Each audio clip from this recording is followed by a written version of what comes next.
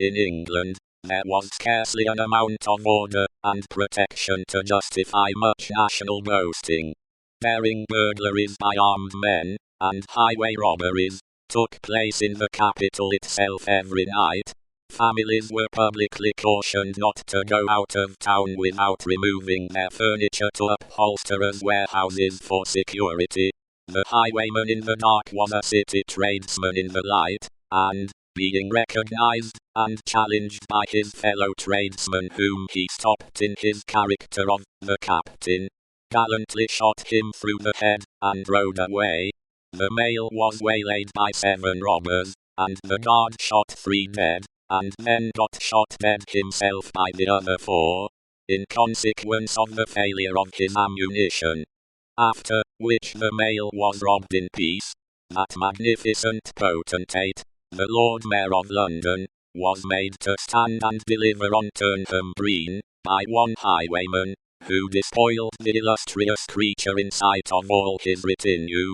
Prisoners in London jails fought battles with their turnkeys, and the majesty of the law fired blunderbusses in among them, loaded with rounds of shot and ball. Thieves snipped off diamond crosses from the necks of noble lords at court drawing rooms. Musketeers went into St. Giles's, to search for contraband goods, and the mob fired on the musketeers, and the musketeers fired on the mob, and nobody thought any of these occurrences much out of the common way. In the midst of them, the hangman, ever busy and ever worse than useless, was in constant requisition, now, stringing up long rows of miscellaneous criminals, now, hanging a housebreaker on Saturday, who had been taken on Tuesday, now, burning people in the hand at Newgate by the dozen, and now burning pamphlets at the door of Westminster Hall. Today, taking the life of an atrocious murderer, and tomorrow of a wretched pilferer, who had robbed a farmer's boy of 6pence. All these things, and 1,000 like them, came to pass in, and close upon the dear old year 1775, environed by them, while the woodman and the farmer worked unheeded, those 2 of the large jaws, and those other 2 of the plain and the fair faces, trod with stir enough, and carried their divine rights with a high hand. Thus did the year 1775 conduct their greatnesses, and myriads of small creatures, the creatures of this chronicle among the rest, along the roads that lay before them. Roman 2. The Mail.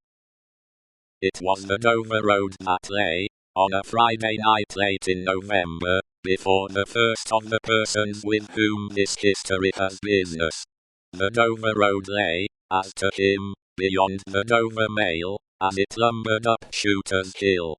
He walked uphill in the mire by the side of the Mail, as the rest of the passengers did, not because they had the least relish for walking exercise, under the circumstances, but because the hill, and the harness, and the mud, and the Mail, were all so heavy, that the horses had 3 times already come to a stop, besides once drawing the coach across the road, with the mutinous intent of taking it back to Blackheath. Reins and whip, and coachman and guard, however, in combination, had read that article of war, which forbade a purpose otherwise strongly in favor of the argument, that some brute animals are endued with reason, and the team had capitulated, and returned to their duty.